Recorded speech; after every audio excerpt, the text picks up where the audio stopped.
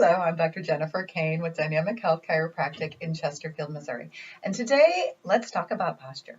I know, it does not sound exciting at all, but it is exciting when you realize that as you change your posture, it could significantly impact your headaches, neck pain, the tension in your upper traps, pain in your mid back and upper back and lower back. So it's worth learning ways to sit better and also to correct your posture with an exercise. Now, the best thing would be to move and to stand more often, but assuming that's not a possibility, that you are tied to your desk, as so many of my patients are, let's look at how we can make it a little less painful.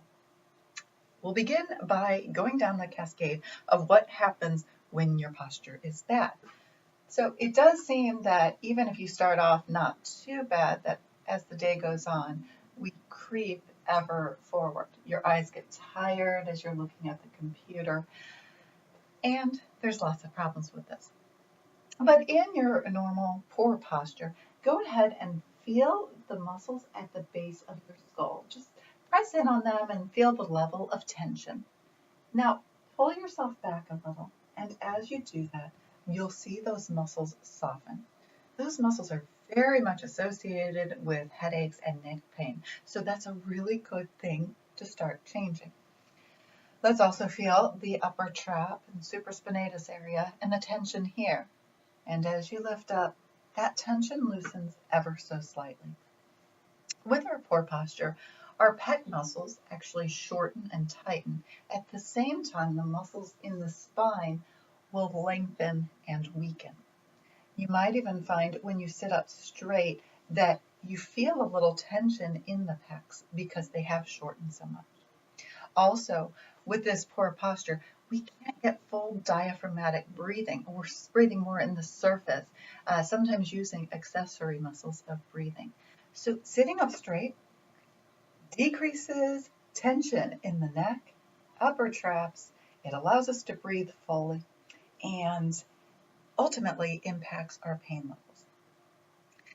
The best way to improve your posture is to sit actively and to sit up straight.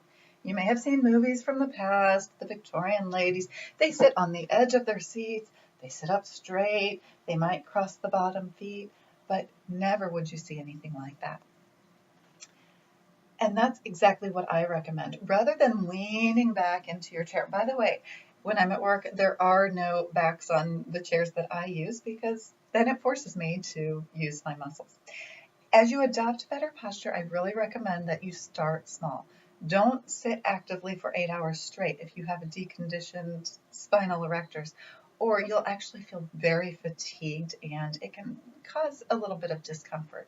But as you modify and adapt, you'll be able to handle it more and more often. The best thing to do, instead of just using a lumbar support and leaning back, is to sit actively, as I said. So stick your seat out as you sit down. What that does is it lines up those hips, the shoulder, and the middle of the ear. Simply like that. And do that for as long as you're able to, and then you'll find that you do creep back. And it's a learning and adapting process. I'll just show you the spine here. We should have 3 curves in our spine. One in the low back going like that, one in the mid back going like this, and one in the neck here. As we slouch, we go more in this position. And as you can see that this goes forward.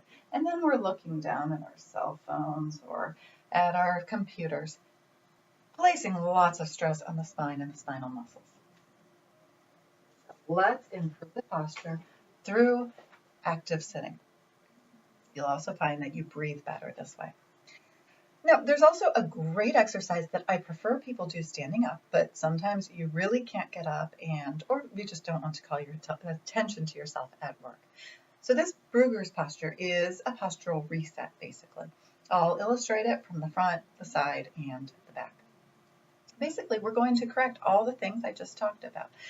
Starting from here, most people, they are falling in forward. So pretend there's a string coming from the middle of your chest, pulling out at a 45-degree angle, already putting you in a much better posture. Now, you're going to take the arms out to the side with the thumbs twisting backwards and squeeze those shoulder blades together. You might feel a little tension in through this area and here. If you do, that's okay. It just shouldn't hurt. Tension is okay, but not pain. Now, you're also going to keep your chin level and retract it. So I'll show all that from the side too. But this is basically what it looks like. I recommend holding this posture for 30 seconds for several deep breaths, and doing it throughout the day is a great thing. So let's look from the side. Going from here to lifting up, keeping that chin level, pulling the thumbs backward, and you're retracting the chin. It's almost like you're sitting here, you can't move, and someone's putting their hand in your face and just holding it. And from the back, it looks like this. When you release the posture, you'll initially have a great posture. We tend to creep forward after time. So the more you find yourself doing that, the better your posture will be. Chiropractic is also an excellent way to improve your posture and help with your neck pain, headaches, mid-back pain, low back pain. And next visit, I'll be telling you about the adjusting technique that I use.